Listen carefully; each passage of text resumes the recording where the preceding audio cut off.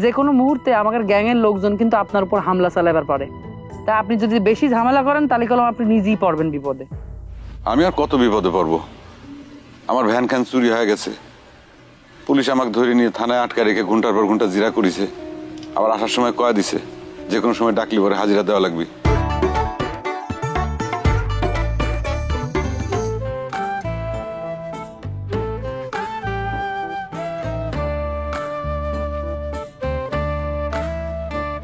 আপনি কি পুলিশের কাছে আমাদের ঠিকানা কয়ে দিচ্ছেন? আমি পুলিশের কাছে মিথ্যে কথা কইছি।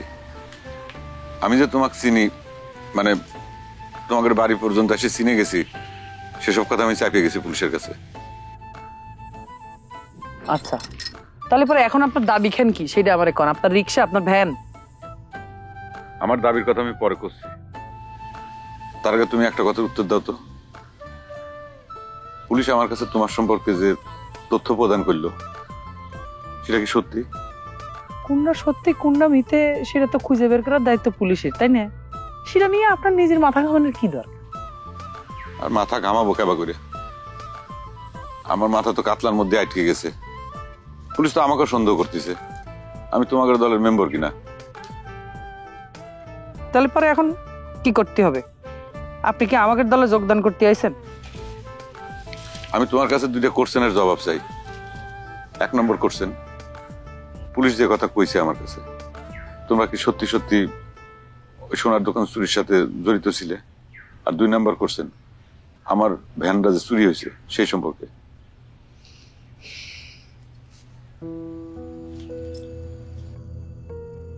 পুলিশ যা কইছে সত্যি কথা কইছে।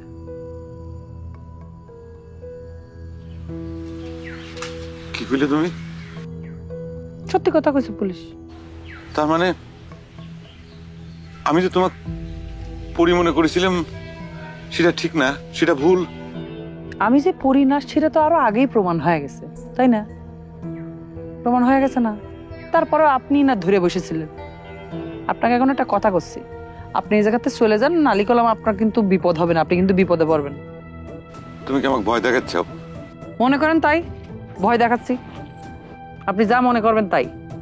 দেখেন, আপনি আমার উপকার করেছেন, আমার ঠিকানাটা পুলিশে কয়ে দেন নাই, সেই জন্যই আপনার ভালোর জন্যই করছি। আমার গ্যাং কিন্তু অনেক বড় গ্যাং, গ্যাংয়ে অনেক মেম্বার।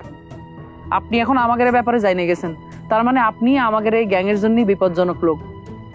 যে কোনো মুহূর্তে আমাদের গ্যাংয়ের লোকজন কিন্তু আপনার উপর হামলা চালাবার পারে। তা আপনি যদি বেশি ঝামেলা করেন তাহলে কলম আপনি নিজেই পড়বেন বিপদে। আমি আর কত বিপদে পড়বো? আমার ভ্যান খ্যান চুরি হয়ে গেছে, পুলিশ আমাকে ধরে নিয়ে থানায় আটকা রেখে ঘন্টার পর ঘন্টা জিরা করেছে, আবার আসার সময় কয়া দিছে যে কোনো সময় ডাকলি পরে হাজিরা দেওয়া লাগবে। তারপর আরো কইছে যে তোমাকে যদি অ্যারেস্ট করে পারে তাহলে পরে আসামি শনাক্ত করার সময় তখন আবার যাওয়া লাগবে। পুলিশ যখন আমাকে অ্যারেস্ট করবে তখন আপনি আসামি শনাক্ত করার জন্য থানায় যায় আসামি শনাক্ত করে আসেন, কোনো সমস্যা নেই।